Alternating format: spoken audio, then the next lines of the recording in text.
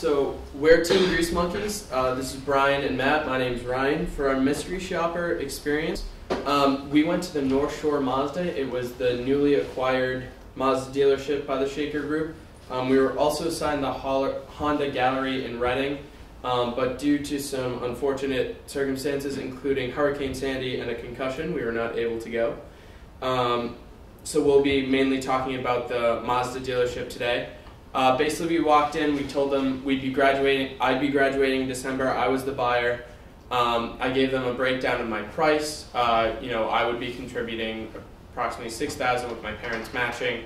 And when we walked in, we actually had a brand new salesman. He had only been there for 3 or 4 days, and he had actually said that we were his first customers. So it's an interesting experience. So because he was a new salesman, he followed the needs-based discovery process pretty much to a point.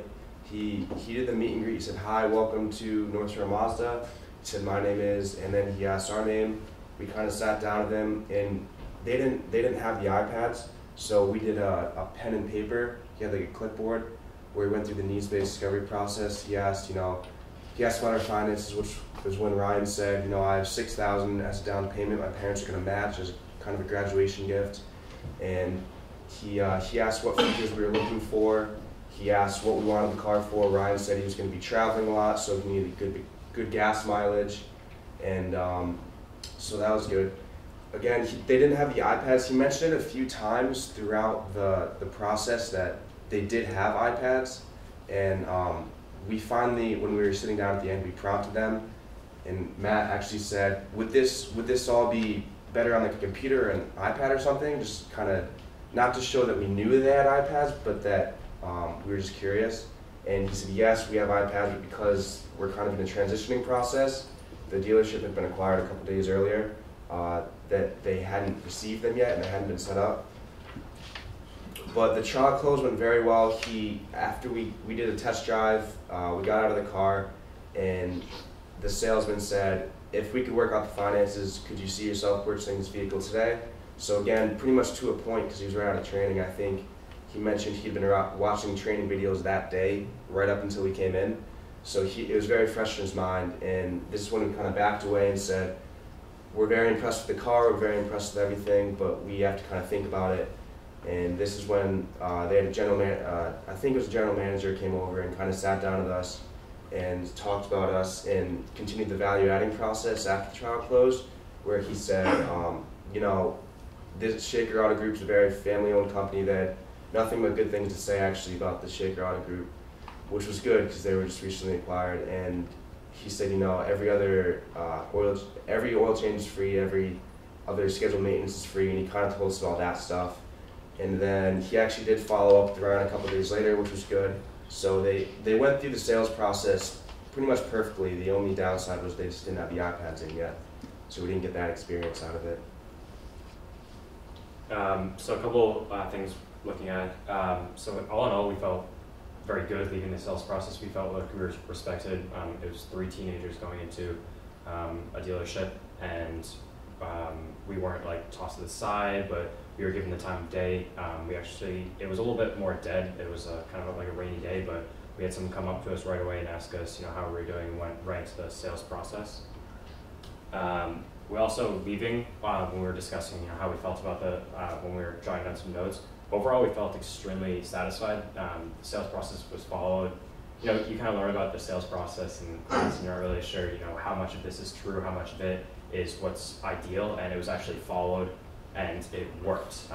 We had gone in with the intention of buying a new car, and actually through the needs-based discovery process, he showed us a pre-owned vehicle based upon what we had said, and we didn't even know it. We thought we were driving a new car, which is really cool to know. Also, previously, our salesperson had spent his time rebuilding old cars and refurbishing them, so he was extremely well informed about vehicles in general. Although he didn't have like the sales process down to a comfort level, it was more just like a mechanical level where he knew everything. He also knew an extremely large amount about cars. So we asked about the SkyActiv technology, and he didn't just give us the textbook explanation of what it was. He actually knew what he was talking about in terms of car specifications. And finally, something that we've all come to know, there was a significant period of downtime in between when we finished the needs-based discovery and they went to talk with the manager to find out which car would be best for us. In between that and the showcasing of the car after it was brought around, there was a significant portion of downtime that we'll be targeting mostly as when we best be able to use the iPad. So we have a couple of recommendations. When we went in, we only saw 2 salesmen on the floor. One of them was busy working with another customer, and then obviously the other one was working with us. But I noticed that the other salesperson had a very thick accent and was actually talking to someone with a similar accent. And I think that really shows where they're adding value is they're making their salespeople relatable. For us, I know I was very uncomfortable walking in. I didn't know what to expect. This was my first time. And to have someone, and you obviously can't have new salespeople all the time, but to have someone who's closer in age to us, could talk with us. We took an extensive test drive, and we had a conversation the whole way through, both touching on sort of, what the car was doing, and then also just having some general conversation to make us feel a little bit more at ease. We really thought this did a huge amount to add value to the process and make it a lot. It was honestly difficult for me not to buy the car. Like I felt so bad lying to this poor guy, but that was really a strong. It really did a lot to shape my feelings on the buying process. And then our major recommendation is that we offer some sort of iPad training. Our salesperson, he was a mechanic. He had more of a, he didn't have a smartphone, didn't have a Facebook. He wasn't really tech savvy. There was a Bluetooth feature in the car that he wasn't sure how to use. So I have to imagine with someone who is, closer to our age, would probably be more likely to have the skills to use the iPad app. It means a lot of the older salespeople who have been there a while will probably be unwilling or just unable to use the app. So some sort of training program to make sure they know how it's used and how to, again, create value for the customer. So. Question. Joe, questions? Yeah, kid's name is Alex. Yeah. Yeah, what's funny about that, and this is a lesson for everybody in here, is that if you set up a process orientation in your business or your company and you can train properly, then even somebody who's brand new in the business can wait on a customer, and without the help of an iPad, like the iPad for this kid he'd be buttoned up tight as a drum, right? And he's only been in the business a month. So we put him through the training. It's just a really good lesson that whatever business you're in, if you have a hard process orientation and the technology to help, then, so I'll tell you a story about this kid.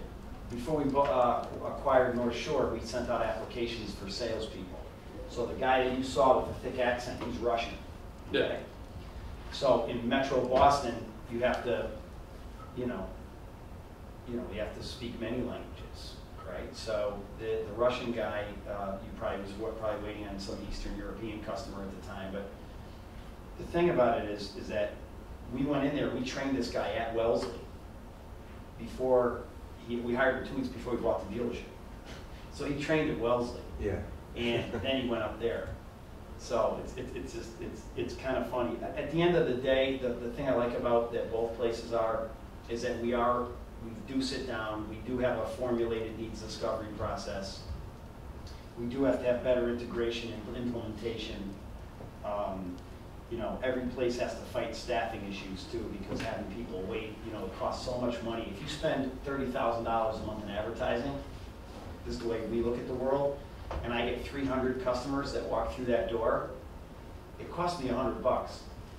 He mentioned that actually. He said that you didn't spend money on advertising too much. It was more focused on getting back to the customer and the free maintenance, every other maintenance. Right. So we don't use traditional media because we like to use electronic. In addition to electronic, we like to do what everybody says in all those classes that you take. It costs far less to keep a customer than it does to acquire a customer. You heard that in like 50 classes. Yeah. And then you raise your hand and you go, yeah, okay, so give me where that's applicable instead of, theory versus reality.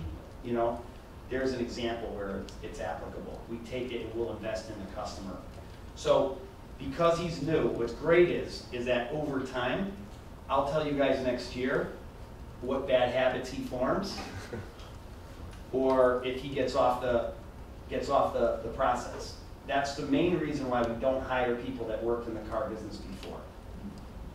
Because no one will come in and say, they have their preconceived notions. They're like almost spoiled. But we can bring in a young man like Alex and train him to a process with a store that just opened up, who's just been in the business for 3 weeks, and he can walk you guys through a process and give you what our experience wants to be is that comfort level. You know, and then you guys didn't feel any pressure with Wayne, did you? Did you feel pressured at all? No. So again, that's a big thing for me, is the experience of not making someone feel pressure. We want to be asking for the sale, at the same time we don't want to. Yeah, no, we didn't feel pressured too much.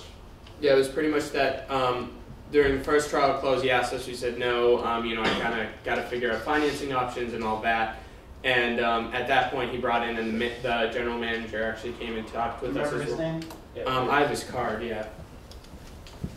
Brian, do you want to tell them about your introduction of community? Exactly. Which was kind of interesting. I was the only one that noticed this, but when he did the meet and greet, he said, "Welcome to Wellesley Mazda," and so I assumed he had trained there. I didn't mention it because I knew he was new. I And didn't he want to told bust you I his have balls. 3 responsibilities, provide you all the Yep. information. Yeah, he said that. He did it like exactly. It was hard not to laugh. It was textbook. Pretty crazy, right? You During know, the trial close, he said, "Can I earn your business?" And I almost smiled a little bit. I was like, "Yes, you can." It was Darren, and his card actually says Wellesley Mazda. yeah, and he has a flip side of that card. On the opposite side, it says North Shore Baby. Just check, see if you got that card. Well, yeah, Alex has a North Shore one, and Darren has a Wellesley one. Darren Oh has yeah, it says North Shore on the back. Go Side, yeah. figure. We didn't look at that side. All right, Kate. You know, guys, thanks. It's just, it's a little bit of a validation of having a process orientation. I think that's something that if you're in this class, we're not just trying to do this project. You're trying to learn stuff that's really you can use in your life. And this is just a classic example. So if you run the Gap, Jeans, if you go work for whoever, you're like, how do I control a process? After we do the tier 1 advertising, then tier 2, then somebody actually comes in to look at our jeans and our product. And we have to hire someone who can feng shui the place and make it look great. And then we have the jeans stacked properly. The next is how do we create a process orientation, not about collecting the money, but how you treat a customer. So it's just a good example of how a fresh mind under your plan works. So, thanks. Excellent. Good job, guys.